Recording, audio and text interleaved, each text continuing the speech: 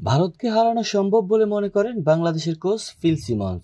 আজ 24 September Asia Cup ক্রিকেটের super ফোরে মুখোমুখি হচ্ছে বাংলাদেশ ও ভারত। দুবাইয়ে বাংলাদেশ সময় রাত 8:30টায় শুরু হবে ম্যাচটি। এশিয়া কাপের সুপার ফোরে ওঠার লড়াই সবচেয়ে অনিশ্চয়তায় ছিল বাংলাদেশ।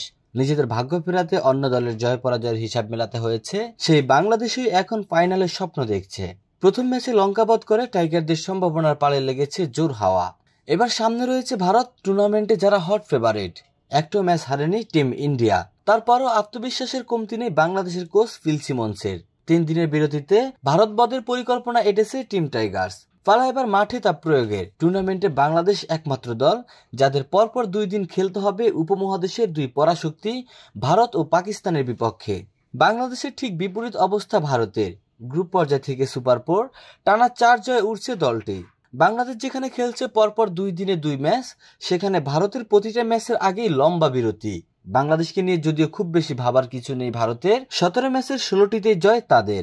বাংলাদেশের সামনে সুযোগ ব্যবধানটা কমিয়ে আনার।